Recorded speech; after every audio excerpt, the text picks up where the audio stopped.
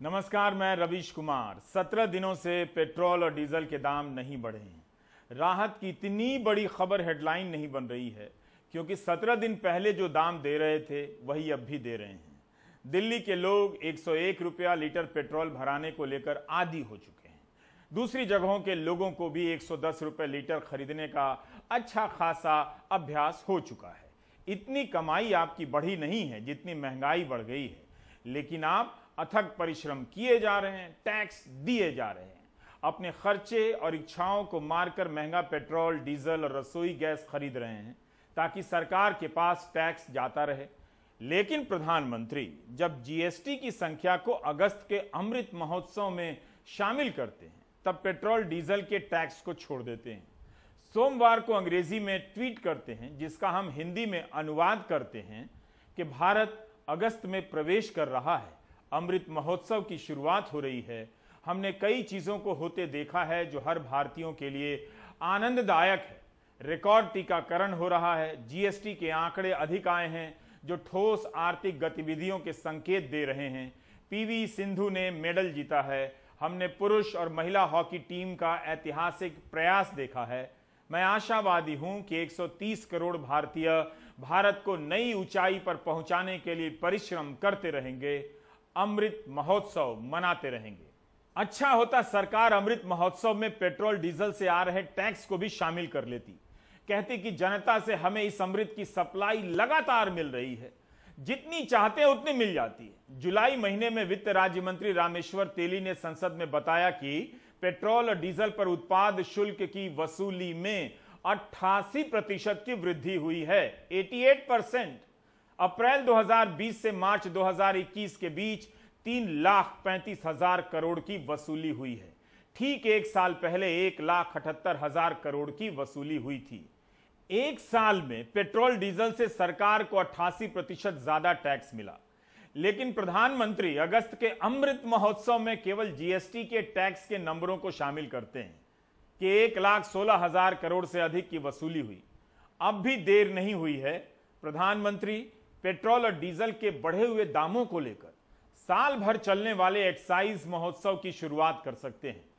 इस जीएसटी में आपकी महंगाई का हिस्सा है, इसमें भी है।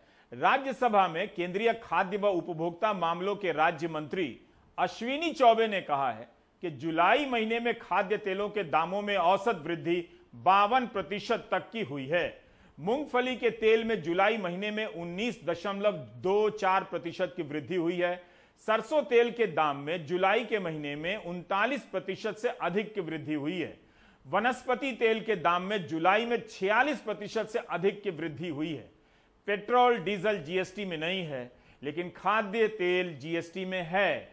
तो आपने जुलाई महीने में सोया तेल, सनफ्लावर, सरसों, मूंगफली तेल के अधिक दाम देकर जीएसटी में योगदान किया, जिसके कारण अगस्त में अमृत महोत्सव की शुरुआत हुई है। जेब आपकी खाली हुई है, महोत्सव सरकार मना रही है।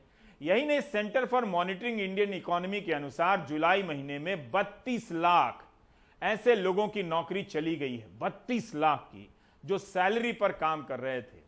ऐसे लोग अगस्त में शुरू हुए अमृत महोत्सव कैसे मनाएं, ये आप ट्विटर पर प्रधानमंत्री से पूछ सकते हैं। वैसे गुजरात मॉडल का कितना प्रचार हुआ? 7 करोड़ गुजरातियों के स्वाभिमान की दशकों राजनीति चली, तब तो 6 करोड़ गुजराती कहा जाता था। उस विकास के मॉडल का परिणाम खुद प्रधानमंत्री बता रहे हैं। जिस राज्य को आमतौर पर अमीर और सुखी समझा जाता है, वहां की आधी से अधिक आबादी यानी 3.5 करोड़ जनता मुफ्त राशन पर गुजारा कर रही है।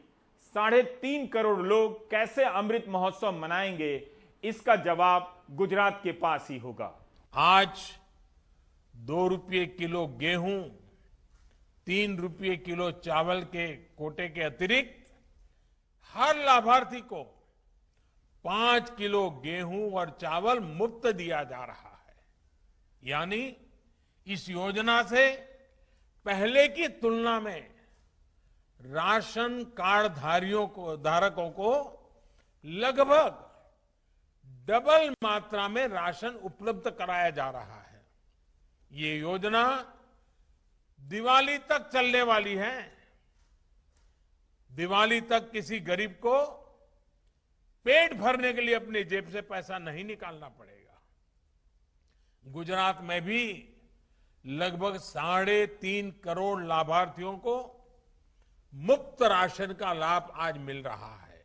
दिवाली तक यह अनाज गरीब कल्याण योजना के तहत दिया जा रहा है, तो क्या गुजरात में 3.5 करोड़ लोग गरीब हैं? यह वो सच्चाई है जिसे कुछ लोग शुरू से जानते थे, अब खुद प्रधानमंत्री बता रहे हैं। महंगाई हेडलाइन नहीं है तो क्या हुआ, जानलेवा तो है। विपक्ष का प्रदर्शन ना करने और प्रदर्शन करने पर प्रदर्शन ना करने की नसीहत देने वाले बड़े लोग आम जनता की इस तकलीफ से अनजान हैं कि वह खाद्य तेलों के बढ़े हुए दाम, पेट्रोल डीजल के दाम किस मुश्किल से चुका रही है। विपक्ष के 14 दलों के सांसद आज नाश्ते पर राहुल गांधी से मिले। इस बैठक में महंगाई से लेकर पेगासस पर सरकार से पूछने की रणनीति पर बात हुई। इस बैठक के बहाने यह सवाल उठ रहा था कि 2024 के लिए विपक्षी एकता की कोशिश हो रही है। इसका जवाब राहुल गांधी ने अपने ट्वीट से दिया कि एकमात्र प्राथमिकता हमारा देश, हमारे देशवासी। इसके बाद एक और ट्वीट में राहुल ने कहा कि ना हमारे चेहरे जरूरी है और ना हमारे नाम, बस ये जरूरी है कि हम जनप्रतिनिधि हैं। हर एक चेहरे में देश की जनता के करोड़ों चेहरे हैं जो महंगाई से परेशान हैं। यही है अच्छे दिन। और इसके बाद 25 सांसद साइकिल चलाकर संसद गए। इसमें विपक्ष के भी सांसद थे। पेट्रोल और रसोई गैस के बढ़े हुए दामों के विरोध में पोस्टर लगाकर सांसदों का यह दल संसद पहुंचा। राहुल गांधी ने वापसी कार से नहीं की, बल्कि जिस साइकिल से गए थे उसी से लौटे। They are humiliating and shutting up the voice of the people of India and the majority of the voice of the people. The single most important thing in my view is that we unite this voice. The more this voice unites, the more powerful this voice will become and the more difficult it will become for the BJP to suppress it and the RSS to suppress it. We of course have slightly different perspectives on the world. We come from different states, we come from different ideas. But I think we should develop a foundation of unity.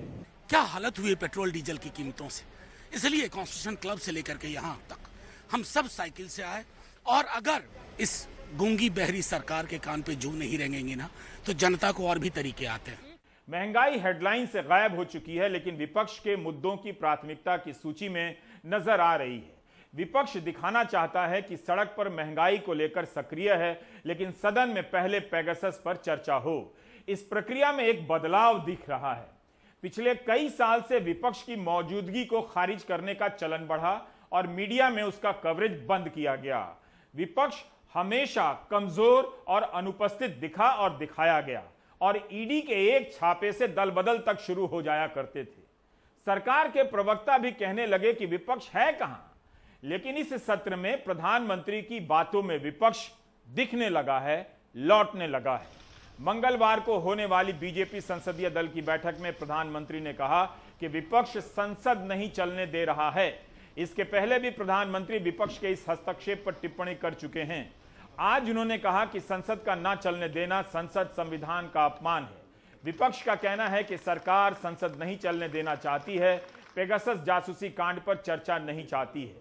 आज भी संसद के दोनों सदनों को स्थगित करना पड़ा। सरकार को यह बात बुरी लग गई कि जल्दी जल्दी में कानून पास किए जाने की तुलना डेरेक ओब्रायन ने पापड़ी चाट से कैसे कर दी। इस रूपक के इस्तेमाल के विरोध में वह डेरेक ओब्रायन के खिलाफ कार्रवाई की मांग कर रही है। बहुत ही दुर्भाग्य की बात है, बहुत ही शर्म की बात है कि टीएमसी के एक संसद सदस्य ने जो संसद की कार्रवाई है, जो संसद में कामकाज हो रहा है, उसको पापड़ी चाट बनाने से जोड़ करके और संसद की गरिमा का तो अपमान किया ही है, संसद सदस्यों का भी घोर अपमान किया है। जब उनको मौका दिया जाता है, चाहे बिल हो चाहे और भी मुद्दे हों, उस पर डिबेट करने के लिए, डिस्कशन करने के लिए, तो वो डिस्ट्रप्शन करने में ज़्यादा व्यस्त रहते हैं, हंगामे में ज़्यादा व्यस्त रहते हैं और हवाई हंगामे के माध्यम से पार्लियामेंट की प्रोसीडिंग को हाईजैक करने की षड्यंत्र और साजिशें करते हैं। आपको लगता है एक्शन होना चाहिए इसमें? बिल्कुल होना चाहिए, माफी मंगवानी चाहिए। पेगासस जासूसी कांड हेडलाइन से भले उतर गया है, लेकिन खबरों से गायब नहीं हुआ है। उसका कारण है कि फ्रांस में 3 लोगों के फोन में जासूसी सॉफ्टवेयर होने की पुष्टि हुई है। वायर की खबर के अनुसार ब्रिटेन में भी एक वकील के फोन में यह सॉफ्टवेयर पाया गया है। भारत में 5 पत्रकारों के बाद आज एडिटर्स गिल्ड ऑफ इंडिया ने भी सुप्रीम कोर्ट में याचिका दायर की है कि अदालत इसका संज्ञान ले और एसआईटी से जांच कराए। यह भी मांग की गई है कि केंद्र सरकार ने स्पाईवेयर तैनात करने के लिए विदेशी कंपनियों से क्या करार किए हैं उसका विवरण पेश किया जाए। गुरुवार को इस मामले में सुनवाई होगी। अब आते हैं एक दूसरे विषय पर। एक सांसद और प्रधानमंत्री के बीच संवाद के कई स्तर होते हैं, लेकिन सार्वजनिक रूप से जब एक सांसद प्रधानमंत्री से संवाद करता है तो किस तरह की भाषा और लहजे का इस्तेमाल करता है, कभी कभी इस पर भी ध्यान दीजिए। पता चलता है कि प्रधानमंत्री के आसपास किस तरह की राजनीतिक संस्कृति बन रही है। हर दौर में समर्थकों, नेताओं और सांसदों ने अपने नेता और प्रधानमंत्री की खुशामद में मील के पत्थर गाड़े हैं, लेकिन हम इस दौर की बात कर रहे हैं।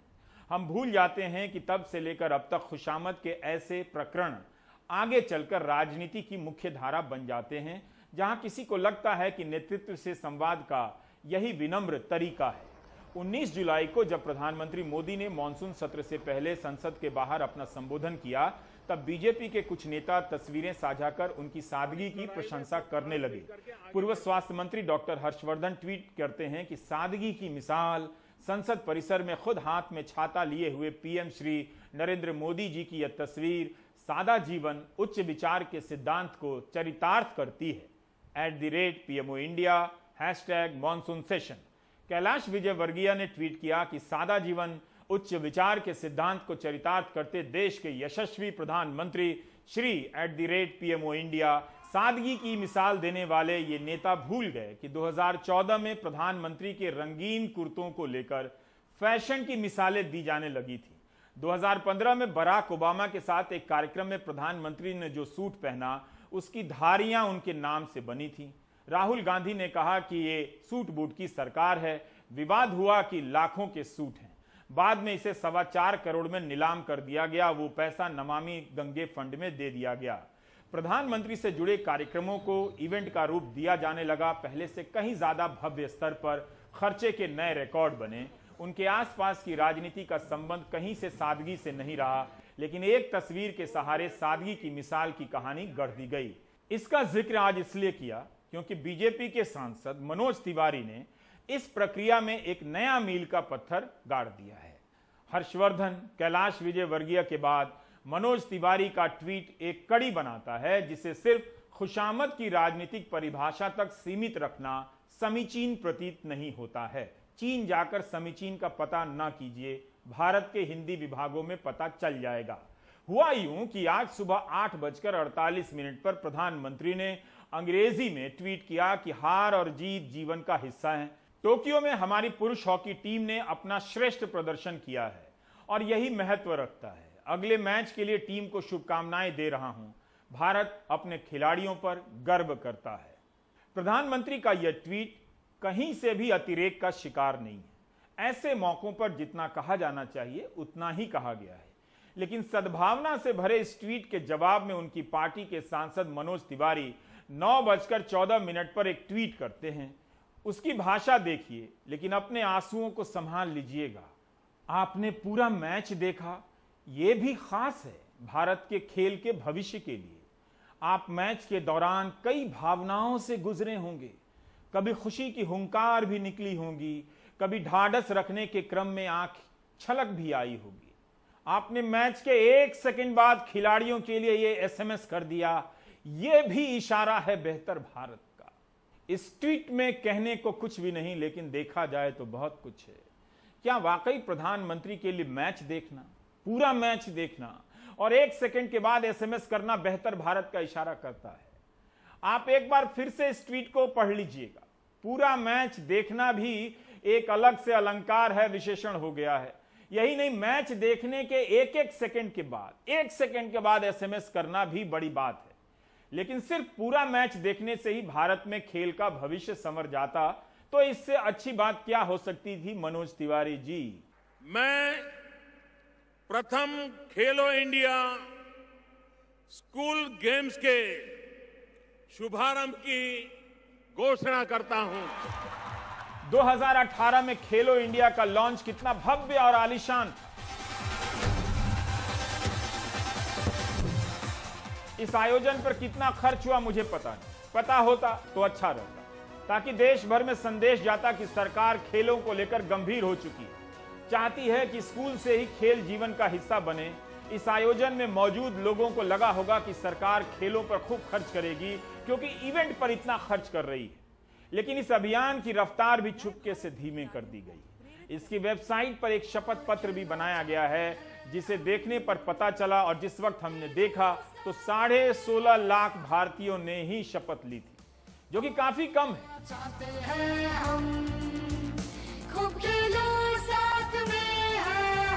भाजपा सांसद मनोज तिवारी प्रधानमंत्री से पूछ सकते हैं कि मार्च 2021 में राज्यसभा की स्थायी समिति की एक रिपोर्ट आई थी, जिसमें कहा गया है कि खेलो इंडिया के तहत 100 नेशनल स्पोर्ट्स एकेडमी बननी थी, 43 ही बनी। इसके तहत 1000 छोटी छोटी खेल अकादमी भी बनाई जानी थी, लेकिन 106 ही बनी। इसमें से भी 60 ऐसे केंद्र हैं जो पहले से बने हुए थे, जिनका केवल रूपांतरण किया गया। मार्च में स्थायी समिति की रिपोर्ट है, लेकिन इस अगस्त में खेल मंत्री लिखित जवाब में कहते हैं कि 360 केंद्रों को अधिसूचित किया गया है। अधिसूचित और बनकर तैयार होने में अंतर स्पष्ट नहीं किया गया था। स्थायी समिति ने नोट किया है कि 130 करोड़ की आबादी वाले देश में भारतीय खेल प्राधिकरण के 23 सेंटर फॉर एक्सेलेंस काफी नहीं हैं। इसी संदर्भ में समिति लिखती है, और गौर कीजिए कि खेल प्राधिकरण के केंद्रों को ओडिशा मॉडल के अनुसार बेहतर करने की जरूरत है। ओडिशा मॉडल की तारीफ राज्यसभा की स्थायी समिति पहले ही कर चुकी है। देश को बाद में पता चला हॉकी राष्ट्रीय खेल है, लेकिन उसका प्रायोजक एक राज्य सरकार है। लेकिन जब खेलो इंडिया अभियान चालू हुआ तो लगा कि सरकार तेजी से कुछ करेगी, लेकिन हेडलाइन बदलते ही प्राथमिकताएं बदल गई होंगी और रफ्तार सुस्त हो गई। खेलो इंडिया कार्यक्रम, जैसा मैंने कहा कि एक स्पर्धा हो जाएगी, जीतने वालों को मेडल मिल जाएगा, इतना नहीं है। एक होलिस्टिक अप्रोच के साथ, एक कॉम्प्रिहेंसिव स्ट्रेटेजी के साथ, ग्रास रूट लेवल पे, चाहे इंफ्रास्ट्रक्चर डेवलपमेंट कर रहा हो, चाहे कोचिज की ट्रेनिंग का विषय हो, ह्यूमन रिसोर्स बिल्डिंग की बात हो, खेल के नियम नीचे तक समान रूप से पहुंचे, खेल के मैदानों की जानकारी आखिरी तबके तक सही हो, एक एक चीज पर ध्यान देते हुए खेल को वैज्ञानिक तरीके से विकसित करने का प्रयास आरंभ हुआ है। आप खेल और खेलो इंडिया के बजट का हाल देखेंगे तो पता चलेगा कि जितनी गंभीरता अभियान के आयोजन को लेकर दिखाई गई, उतनी बजट के बंटवारे में नहीं दिखती है। राज्यसभा की स्थायी समिति ने मार्च 2021 की अपनी 325वीं रिपोर्ट में कहा है कि खेलो इंडिया पर 1400 करोड़ खर्च करने का अनुमान बताया गया था, लेकिन 2021-22 में इसके लिए 657 करोड़ ही दिया गया, जो 53% कम है। समिति का मानना है कि जब बजट संशोधित हो तभी इसका पैसा बढ़ाया जाए, ताकि खेलों के ढांचे के विकास के काम पर प्रतिकूल असर ना पड़े। इसके अलावा 2020-21 के बजट में खेलो इंडिया के लिए दी गई राशि एक साल में 63% कम हो जाती है। यह राशि पूरे देश में खेल से जुड़े अभियान को लेकर पर्याप्त नहीं लगती है। बजट के ऐलान के समय जो दावा किया जाता है, जो वादा किया जाता है, वो भी असल में आते आते काफी कम हो जाता है। किसी साल खेल के बजट में 11% की कमी आई है, तो किसी साल 16%, तो किसी साल 36%। 2 हफ्ते से इस देश में मैच देखने और शुभकामनाएं देने पर चर्चा हो रही। सब उसी गंगा में हाथ धो रहे हैं और बहते जा रहे हैं, लेकिन खेल को लेकर केंद्र के बजट और प्राथमिकता का क्या हाल है, इस पर भी बात होनी चाहिए। पता चल रहा है और पता चलेगा कि वातावरण बनाने पर कितना जोर दिया जा रहा है। एक खेलों का वातावरण पूरे देश में बना है, जहां देश के प्रधानमंत्री स्वयं ओलंपिक्स में पार्टिसिपेट करने वाले, जो भारत का प्रतिनिधित्व करने वाले खिलाड़ी हैं, उनसे बातचीत करते हैं, उनका मनोबल बढ़ाते हैं और दूसरी ओर ये भी विश्वास दिलाते हैं कि जब आप ओलंपिक से वापस आएंगे, जाते हुए तो कोविड प्रोटोकॉल के कारण नहीं मिल पाए, वापसी पे मैं मिलना चाहूंगा। देश के प्रधानमंत्री खेलों को लेकर कितने अपनी इन्वॉल्वमेंट रखते हैं, प्रोत्साहन देते हैं, ये एक बहुत बड़ा उदाहरण है। दूसरी ओर भारतीय जनता युवा मोर्चा ने देश के युवाओं को इस मुहिम के साथ जोड़ने का जो ये अभियान शुरू किया है, इसकी जितनी प्रशंसा की जाए उतनी कम है। तो मनोज तिवारी और अनुराग ठाकुर के बयान यहां एक हो जाते हैं, एकाकार, जिससे पता चलता है कि इवेंट और प्रचार कितना जरूरी हो चुका है। बुनियादी ढांचे का विकास वातावरण के निर्माण से पीछे होता जा रहा है। वातावरण बना रहे इसलिए ओलंपिक गए सभी खिलाड़ियों के दल को 15 अगस्त के दिन लाल किले में आमंत्रित किया गया है। बताया गया है कि प्रधानमंत्री सभी से मुलाकात करेंगे।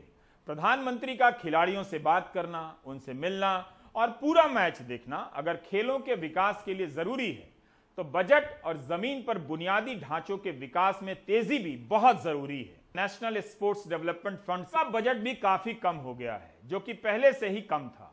2019-20 में 77 करोड़ का बजट था। 2020-21 में इसके बजट में 35% की कमी आ गई, 50 करोड़ हो गया।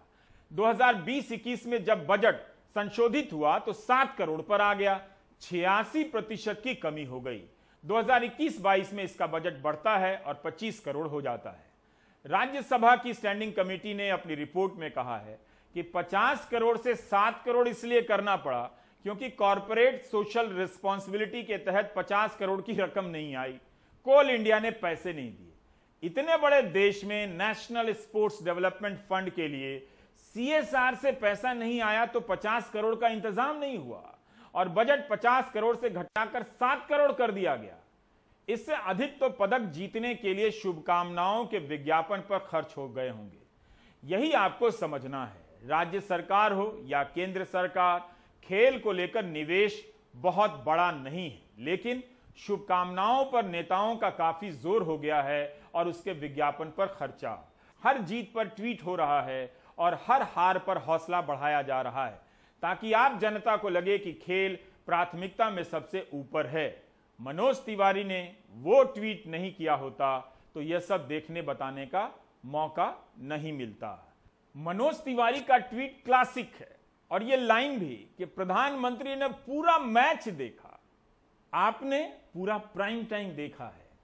सरकार की आधी अधूरी बातों के सामने पूरी बात और असली बात रख देने का इकलौता कार्यक्रम देखा है, जिसे प्रधानमंत्री और मनोज तिवारी दोनों को देखना चाहिए, पूरा प्राइम टाइम देखना चाहिए। ब्रेक ले लीजिए।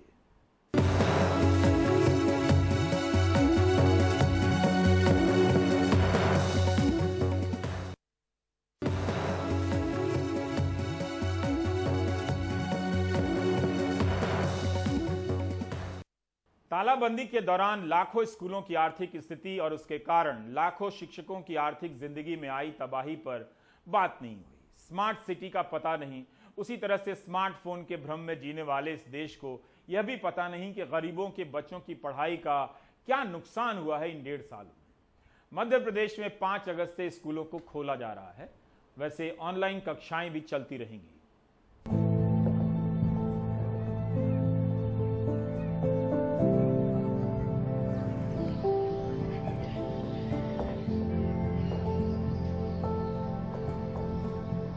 इंग्लिश पढ़ लेते, ABCD पढ़ लोगे? कौन सी क्लास में हो? कोरोना काल में स्कूल तो खुले नहीं, फिर पढ़ाई कैसे की आपने? सर ऑनलाइन क्लासेस के थ्रू और सर ऑनलाइन क्लासेस के थ्रू जितनी नॉलेज, जितना ज्ञान मिलना चाहिए वो हमको मिल जाता था। सर जितना ज्ञान हमें ऑनलाइन क्लासेस से मिलता था वो मतलब हमें जितना जो भी हमारी स्टडी होती थी वो टीचर्स बहुत अच्छे से हमको एक्सप्लेन करते थे और जो भी क्वेरीज होती थी वो भी बताते थे। मुख्यमंत्री जी के कार्यक्रम में तो ऑनलाइन पढ़ाई की खूब तारीफ हुई, लेकिन इस ऑनलाइन दुनिया से एक दुनिया उन बच्चों की है जो ऑफलाइन हो रहे हैं, अक्षर तक भूल रहे हैं। भोपाल से 630 किलोमीटर दूर आदिवासी बहुल बालाघाट में ढीमर टोला में ज्यादातर मजदूर रहते हैं। कुछ बच्चे खेलने में जुटे हैं, कुछ किताबें पकड़े हैं, ऑनलाइन पढ़ाई नहीं कर पाते। 10 साल का अतुल चौथी में है, बहन प्रियंका तीसरी में है। घर में मोबाइल नहीं है, ABCD तक पढ़ना मुश्किल है। मोबाइल से पढ़ते हो? नहीं। क्यों? हमारे घर मोबाइल नहीं। बड़ा वाला? तुम इंग्लिश पढ़ ले तो ABCD पढ़ लोगे? कैसे पढ़ रही हो? अभी मोबाइल नहीं है। तो मोबाइल नहीं है तो पढ़ाई नहीं कर रही हो? नहीं। अच्छा, तीसरी क्लास में पढ़ती हो, ABCD पढ़ लोगी? नहीं। नहीं पढ़ पाओगी? नहीं। धार जिले के मनावर में 13 साल का तुषार 7वीं में है। 1.5 साल से स्कूल नहीं गया, पढ़ाई भी नहीं कर सकता क्योंकि एंड्रॉयड फ़ोन नहीं है। हाथ तंग हैं, पढ़ाई छूटने को है। पिता के साथ राखी बना रहा है। हमारे पापा गरीब है, हम राखी बनाते हैं। हमारे पास मोबाइल लेने इतने पैसे नहीं हैं। मोबाइल ले भी ले तो रिचार्ज के पैसे नहीं हैं। 2 साल हो गया अभी तक कुछ पढ़े नहीं। हम गरीब है हालत में, हमारे पास मोबाइल की व्यवस्था नहीं है। अच्छा। चार्ज के लिए पैसा नहीं, मोबाइल मिले तो कहाँ से भरेंगे पैसे। कटनी के छोटी खिरहनी में रहने वाले आदिवासी बच्चे स्कूल नहीं खुलने से कंचे खेलकर ही वक्त बिताते हैं। ज्यादातर परिवार मजदूरी करके अपना गुजर बसर करते हैं। बच्चों को पढ़ाने के लिए यहाँ भी एंड्रॉयड मोबाइल नहीं है। चौथी में और लड़की है तो तीसरी में रही तो बंद रही। 1 साल पूरा ऐसे चला गया। दूसरी साल भी आई तो चौथी 5वीं में लिख गया नाम लड़का लड़की का। तो अब फ्री रह रहे हैं और मोबाइल नहीं है टच वाला, तो क्या करें, खेलते रहते हैं बच्चे। 3 बच्चे, एक तीसरी एक चौथी पढ़ा। एक का नाम लिख लिया, लिखल जा नहीं रहे, स्कूल नहीं लगा। तो ऑनलाइन पढ़ाई भी तो होती होगी? तो मोबाइल भी तो नहीं है हमारे पास। श्योपुर जिले में सलापुरा इलाके में रहने वाले सहारिया आदिवासियों की भी यही हालत है। बस्ती में रहने वाले परिवारों के पास आधुनिक और नए तकनीक के फ़ोन नहीं हैं। ऐसे में बच्चे ऑनलाइन पढ़ाई नहीं कर पा रहे हैं। 2 साल से हो गए बंद ऑनलाइन, मोबाइल भी नहीं हुआ सब। ऑनलाइन कहा मोबाइल ही नहीं है कछु, और कोई बता भी नहीं। कोई 2 साल से स्कूल बंद है, हमारी पढ़ाई बिल्कुल हो नहीं पा रही है। हमारे पास इतना पैसा नहीं है कि हम बड़ा मोबाइल चला सके। संयुक्त राष्ट्र संघ का कहना है कि कोरोना संकट के कारण दुनिया के करीब 15 करोड़ 60 लाख बच्चे अभी स्कूल नहीं जा पा रहे हैं। इनमें से करीब 2.5 करोड़ बच्चे कभी स्कूल नहीं लौट पाएंगे। यूनिसेफ की रिमोट लर्निंग रीचेबिलिटी रिपोर्ट बताती है कि कोरोना की वजह से देश में करीब 15 लाख से ज्यादा स्कूल बंद रहे, जिससे करीब 28 करोड़ 60 लाख बच्चों की शिक्षा प्रभावित हुई। देश में सिर्फ 24% छात्रों के पास इंटरनेट कनेक्शन उपलब्ध हैं। उन बच्चों में शिक्षा का स्तर भी गिरता जा रहा है। अजीम प्रेमजी फाउंडेशन की फील्ड स्टडी के मुताबिक बालाघाट के अतुल और प्रियंका जैसे कई बच्चे हैं। 5 राज्यों में 44 जिलों के 1137 सरकारी स्कूलों के 2 से 6वीं में पढ़ने वाले 16,067 छात्रों के सर्वे में पता लगा कि कोरोना में स्कूल बंद होने से 82% बच्चे पिछली कक्षा में सीखा गणित भूल चुके हैं। औसतन 92% बच्चे किसी एक भाषा के कौशल में कमजोर हुए हैं। 42% छात्रों की पढ़ने की क्षमता प्रभावित हुई है। 40% छात्रों की लिखने की क्षमता प्रभावित हुई है। अजीम प्रेमजी ने ही ऑनलाइन पढ़ाई के मिथक पर जो सर्वे किया था, उससे पता लगा कि 90% शिक्षकों ने माना कि ऑनलाइन अर्थपूर्ण मूल्यांकन मुश्किल है। 70% अभिभावकों ने कहा कि ऑनलाइन कक्षा बच्चों के सीखने के लिए प्रभावी नहीं है। 60% से ज़्यादा बच्चों की ऑनलाइन कक्षा तक पहुँच ही नहीं है।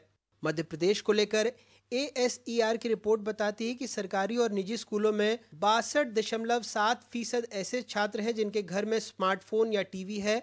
इस सर्वे में पता लगा कि 2018 से 2020 के बीच 6 से 10 आयु वर्ग में स्कूल न जाने वाले बच्चों का अनुपात 1.8% से बढ़कर 5.3% हो गया। यही नहीं, स्कूल में पढ़ने वाले बच्चों में ग्रामीण इलाकों में महज 18.3% बच्चों ने वीडियो रिकॉर्डिंग का उपयोग किया और 8.1% बच्चों ने लाइव ऑनलाइन कक्षाओं में भाग लिया। साल 2019-20 में लगभग 1.25 लाख बच्चों ने राइट टू एजुकेशन के तहत दाखिला लिया, जिनके भविष्य अब अधर में हैं। अप्रैल 2020 में सरकार ने डिजिलिप कार्यक्रम की शुरुआत की। शिक्षकों से उम्मीद की गई कि वो शिक्षण सामग्री, वीडियो सामग्री को व्हाट्सएप के रूप में छात्रों तक पहुंचाएं, लेकिन जिनको कलम और रोटी के बीच चुनाव करना था, वो करते भी तो क्या। पहले शायद इन बच्चों को कोरोना ने अपना शिकार बनाया और अब अशिक्षा। मध्य प्रदेश में अपने ब्यूरो सहयोगी और भोपाल से कैमरा पर्सन रिजवान खान के साथ अनुराग द्वारी, NDTV इंडिया। आप देख रहे थे प्राइम टाइम। नमस्कार।